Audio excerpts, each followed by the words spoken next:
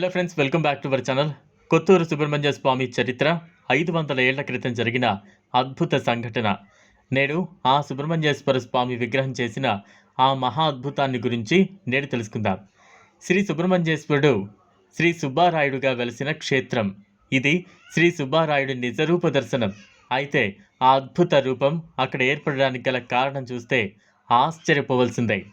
500 ఏళ్ల క్రితం కొత్తూరు గ్రామానికి చెందిన బీరం చెన్నారెడ్డి అనే రైతు తీవ్ర ఆర్థిక ఇబ్బందులు ఎదుర్కొన్నాడు. గట్టెక్కే మార్గం చూపాలని ఓ బ్రాహ్మణుణ్ణి ఆశ్రయించాడు. మాఘశుద్ధ షష్ఠి రోజున పొలం దున్నితే కష్టాలు తొలగిపోతాయని బ్రాహ్మణుడు సూచించారు. దీంతో చెన్నారెడ్డి కాడెత్తెలను నాగలికి కట్టి పొలం దున్నడం ప్రారంభిస్తాడు. ఆ సమయంలో నాగలికి ఉన్నట్లుండి భూమిలో ఏదో అడ్డు తగులుతుంది. ఆ క్షణంలోనే ఆకాశంలో 12 తలల నాగుపాము అటువంటి రూపం ప్రత్యక్షమవుతుంది. ఆ తేజస్సుకు రైతు కంటి చూపు కోల్పోతాడు. కాసేపటికి చుట్టుపక్కల రైతులు వచ్చి నాగలిని వెనక్కు లాగి చూస్తారు. అక్కడ 12 శిరస్సుల నాగేంద్రుడి విగ్రహం బయటపడుతుంది. ఒక బాలుడు ప్రత్యక్షమై తాను సుబ్రహ్మణ్యేశ్వర స్వామిని అని 3 రోజుల పాటు తనకు క్షీరాభిషేకం చేస్తే చెన్నారెడ్డికి చూపు వస్తుందని చెబుతారు. అలా పూజలు చేయగానే చెన్నారెడ్డికి కంటి చూపు వస్తుంది. దీంతో సుబ్రహ్మణ్యేశ్వర స్వామికి గుడి కట్టాలని గ్రామస్తులు నిర్ణయించుకుంటారు. స్వామి వారిని వేడుకుంటారు. రాత్రి రోకరి పోటు తర్వాత మొదలుపెట్టి తెల్లవారుజామున కోడి కూతకు ముందే గుడి నిర్మాణం పూర్తి చేయాలి అని స్వామి సెలవిస్తారు. లేదంటే 7 బలవుతారని హెచ్చరిస్తారు కూడా. స్వామివారి స్వయంభు విగ్రహ నేలపైనే పెట్టి గుడి నిర్మాణం ప్రారంభిస్తారు.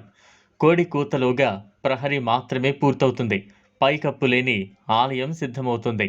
అప్పటిదాకా ఆ గ్రామం పేరు కొత్తూరు కాగా స్వామి వెలిసిన తరువాత సుబ్బారాయుడు కొత్తూరుగా మారింది. సుబ్రహ్మణ్య స్వామికి ప్రీతిపాత్రమైన రోజు ఆదివారం.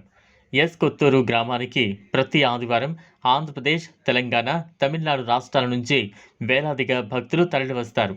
కేవలం ఆదివారం రోజే సుమారుగా 6 నుంచి 8 వేల మంది భక్తులు స్వామిని సందర్శిస్తారు.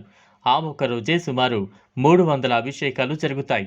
అక్కడ ఆదివారం వస్తే మాంసాహారం వండరు, తినరు. గ్రామంలో మాంసాహార దుకాణాలు లేవు. మామూలు రోజుల్లో కావాలన్నా గ్రామానికి 6 కిలోమీటర్ల దూరంలో ఉన్న నందివర్గం వెళ్ళి తెచ్చుకోవాల్సిందే. ఇక పండుగ మరుసటి రోజున మాంసాహారంతో కర్రీ పండుగ నిర్వహించడం సాధారణం. ఆ పండుగ ఆదివారం వస్తే సోమవారానికి వాయిదా పడుతుంది. అయితే బనగానపల్లె మండలం నందివర్గం నుంచి కొత్తూరు 5 కిలోమీటర్ల దూరంలో కలదు.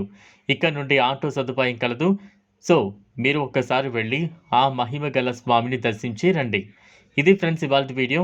ఈ వీడియో కనుక మీకు నచ్చినట్లయితే లైక్ చేయండి, షేర్ చేయండి, ఛానల్లో సబ్స్క్రైబ్ చేసుకోండి. Thanks for watching.